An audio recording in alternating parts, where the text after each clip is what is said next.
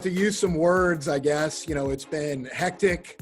It's been exhilarating at times. And then quite frankly, it's been frustrating at times, and I say that because, when I accepted the position, I really felt, and I still feel today, that kind of rugby succeeding in North America is the next big thing. I truly believe that. And then the frustrating part came in is that there were a lot of signs, through the first 5 weeks of last year that kind of led me to believe that, that was for sure. Things like our expansion team selling out their first home games and our television ratings growing and our OTT platform growing exponentially. And so there were all these indicators, through the first 5 weeks that had me really bullish. And then unfortunately, we had to shut things down because of COVID. So it's been like everybody else's year, it's been filled with ups and downs, and every day is different. And that's kind of where we sit today. But, we're on the verge of announcing our plans for the 5th season, or actually for the 4th season, excuse me. And, we're excited about that. I'll take the draft first. When I first got here, there wasn't that pathway, right? There was a missing link, right? So there's youth rugby and then academy rugby and then, possibly collegiate rugby, and then what do you do? And so I asked the question, if we had a draft, and the draft had been ping-ponged around through the league, through the first few years, but never really, it was never really cemented that we were going to do it. And I just asked a simple question, like how many of these collegiate players will register for our draft? Because I think we had decided to do 2 rounds, and we were going to do it with just the US-based team. So that's 12 teams times 2 is 24. We're going to have, enough bodies to get through those 2 rounds. And everyone assured me we would. And then, when we had over 400 plus athletes register for the draft, I knew we were doing the right thing. And it's what every kid dreams of. I don't care what sport you played in, but whatever your sport is, and you started out as a youngster and work your way up through the system, and maybe to get your name called during a professional sport draft night, that's the dream. We've watched the stories, at least, in North America with the NFL and the NBA, and it's just great drama. You see, these young men, live their dream to have their name called, and we should have that too in rugby, and we should have that too as part of Major League Rugby. Now, I would like to do it a little better next time around. I'd like for us to be in person, and I'd like to be at a podium, and I'd like to have, the athletes there and to come on stage and to, have their moments as well, the way they should. But, hopefully we can do that this next round. But it was a very important decision for this league. I'm ecstatic we did it. The response was overwhelming, and the 24 young men that had their name called, it's a lifelong dream. So I know we're doing the right things there.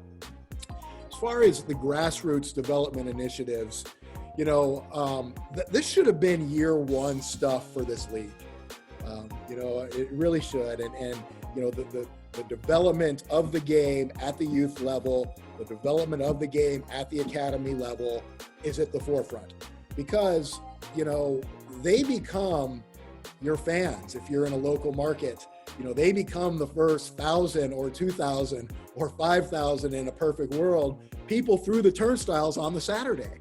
Because the quid pro quo is our member teams work with their communities, and they grow the game of rugby on these levels, and you do that all week long. The quid pro quo is on Saturday when the big boys are playing the professional match, everyone turns up.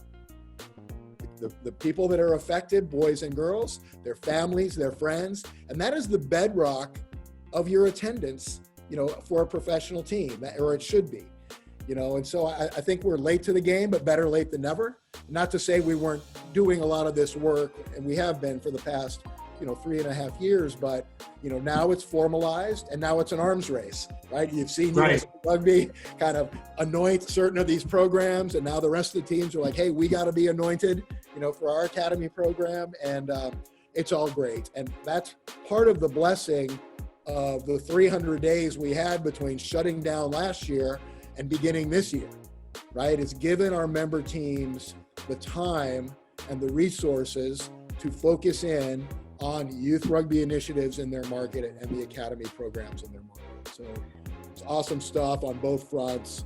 And I literally don't think we would have them as strong as they are if it weren't for us having to shut down and have the time. Because if you think about it, if our finals had been played on June the 26th, and then you take a deep breath, well, all the rec programs and all that, they're already into summer in these markets. Right.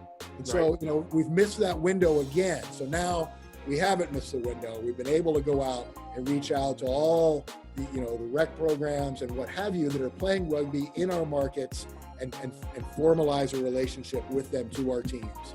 And that's the way it should be. As where you get in shape.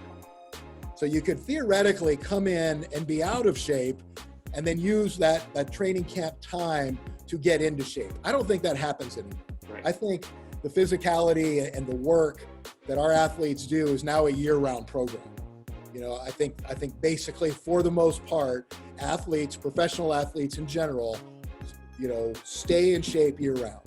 Now they may cheat a little in the off season and add a little something to, that they deserve, but I think they report for the most part in shape. So to me, it's one of those things when we report on February the 15th, I would expect, and, I guess we could have a little friendly wager there too, that for the most part, our teams are pretty much ready to go. Now it's about chemistry. It's about learning your new teammates, and getting chemistry with them to be able to compete, when we open on March 20th and 21st. So to me, it's not about fitness. And we get to see now, because of social media, our guys in particular love to show us videos of themselves on Instagram or what have you in the weight room, which is great. So we're living it full time. So you can't really run and hide if you're going to be active on social media. You've got to be in shape. And so now I think on February 15th, if I'm a coach or a GM, I use that time now to gain chemistry and to get my squad playing together as one. That's what I would do if I were in those positions. And I would make sure I'm talking to my guys before February 15th saying, don't come in here out of shape. Don't do it. You don't have anything else to do. It's COVID. Right. You're sequestered. You're in quarantine.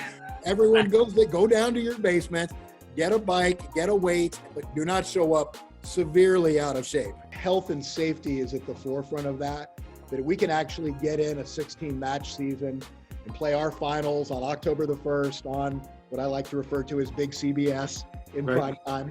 I think if we get to that point of August 1st and, finals on CBS in prime time, and along the way, we've seen our attendances rise and our television ratings rise and our OTT platforms grow, and our teams getting more local sponsorship and really getting footholds in their community and growing the youth rugby side and the development of the academy program. I mean, to me, that'll be a rousing success.